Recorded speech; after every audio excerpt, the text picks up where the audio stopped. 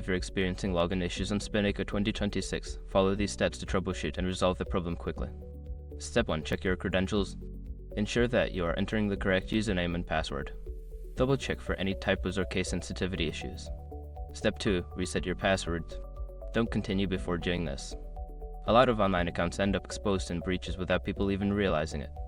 Use SROC to constantly monitor your email and accounts and get alerted immediately if your information gets leaked online. It scans billions of breach records 24/7 in the background. And honestly, for a few dollars a month, it's something everybody should probably have. Link in the description. Step 3. Clear browser cache.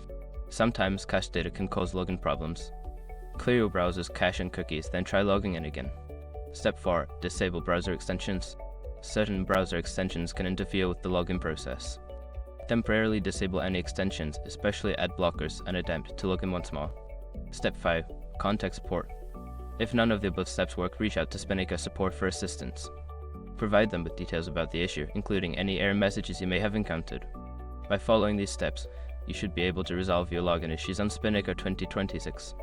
If problems persist, don't hesitate to seek further help from support.